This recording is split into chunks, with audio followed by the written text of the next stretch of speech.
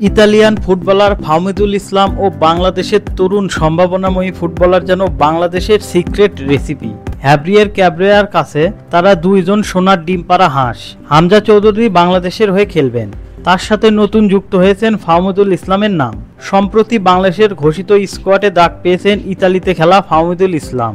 তাদের সাথে মাঠ মাতাতে মুখিয়ে রয়েছেন বাংলাদেশের তরুণ স্ট্রাইকার আলামিন। ইতালি এবং বাংলাদেশের সেরা এই দুই ফুটবলারকে নিয়ে ইন্ডিয়াকে আলাদাভাবে ভাবতে হচ্ছে। তারা একসাথে বাংলাদেশের হয়ে খেলবে এ খবর প্রকাশিত হওয়ার পর থেকেই ভারতের যেন রীতিমতো ঘুম হারাম।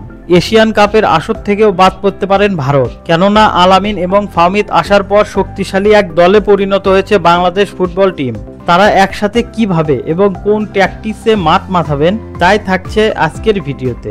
ভিডিও শুরুর আগে বলে থাকি, খেলাধুলার সকল আপডেট সবার আগে পেতে নিউজ এক্সট্রাভিটি স্পোর্টস ফেসবুক পেজটি ফলো দেবেন এবং নিউজ এক্সট্রাভিটি ইউটিউব চ্যানেলটি সাবস্ক্রাইব করবেন। ফাহমিদ ইসলাম লেফট উইংয়ে খেলেন। ইতালির 4th টায়ারের ক্লাব ইউএস লভনের মূল দলের হয়ে খেলেছেন ফেনীর ছেলে ফাহমিদুল ইসলাম। 18 বছর বয়সী ফাহমিদুল লেভন্নের মতো বিগ ক্লাবে খেলেছেন। তার সাবেক ক্লাব লেজন্নার হয়ে তার খেলা পর্যালোচনা করলে দেখা যায় কোচ তাকে লেফট ফ্ল্যাঙ্কের প্রতিটি পজিশনেই খেলিয়েছেন এবং প্রতিটি পজিশনেই ফাহমিদুল ছিল বেশ ইমপ্রেসিভ।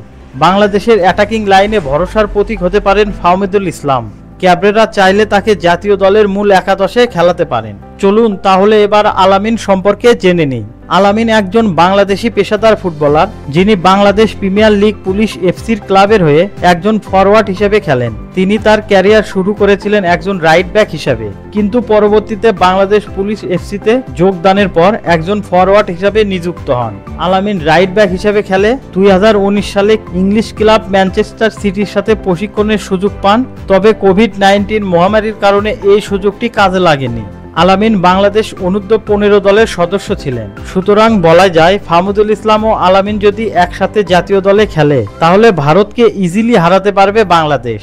প্রিয় দর্শক, আপনাদের কাছে কি মনে হয়, আলামিন ও ফাহমিদ জুটি কি পারবে ভারতকে কাঁদিয়ে বাংলাদেশকে এশিয়ান কাপের মূল পর্বে জায়গা করে নিতে?